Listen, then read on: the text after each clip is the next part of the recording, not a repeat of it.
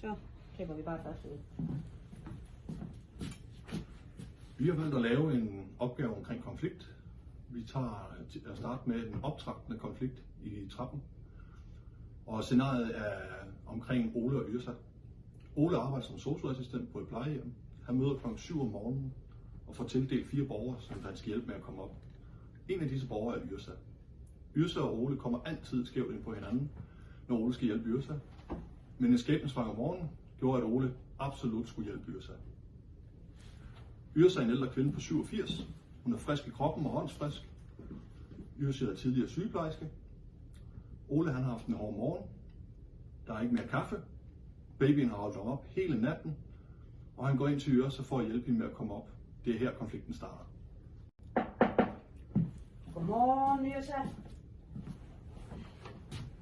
Yrsa, du skal op nu. Nej, gå væk! Yrsa, du skal sgu op nu.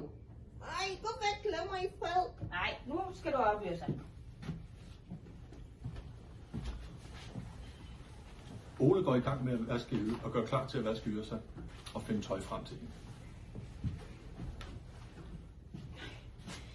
Hvad fanden laver du, din møgunge? Jeg gør mit arbejde, Yrsa.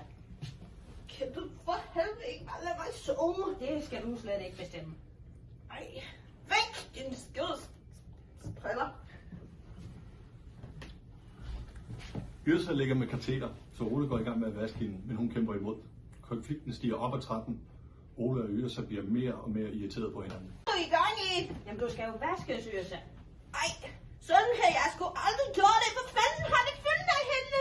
Jamen, du er sgu også så gammel, Yrsa. Faget har jo udviklet sig siden. Ej, gå væk, din bavian. Nå, så hold hans kommune. Kan du så ikke og skide af ud fra mit værelse? Med fornøjelse. Gammel krav. Konflikten er nu nået så langt op ad trappen, at Ole ikke gider at bruge energi på at svare Yrsa. Han tænker, at det kan sgu også være lige meget med den gamle krav. Og forlader Yrsa. Han tager direkte kontakt til sin leder og forlanger skift på planlægningen, eller også er han skrevet herfra.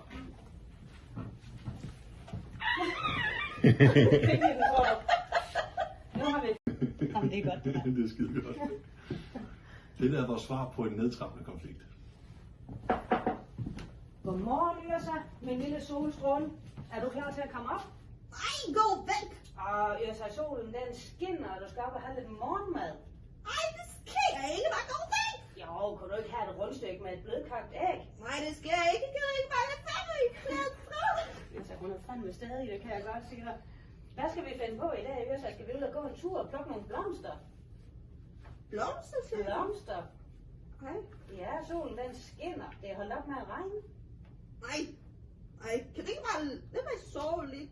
Yrsa er stadig pisse, stadig. Men det lyder som om, du godt kunne tænke dig lidt med de der blomster der. Hvad siger du til det? Ja, skal vi ikke kigge lidt på det? Ja, det lyder fandme dejligt. Ja, gør det ikke det? Lad os gøre det.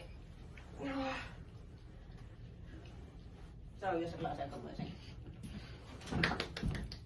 Smukt. Det er sådan, jeg plejer. Det var den også kan være. Ja, var det ikke det? Jo. Ved du hvad, du er så fræk.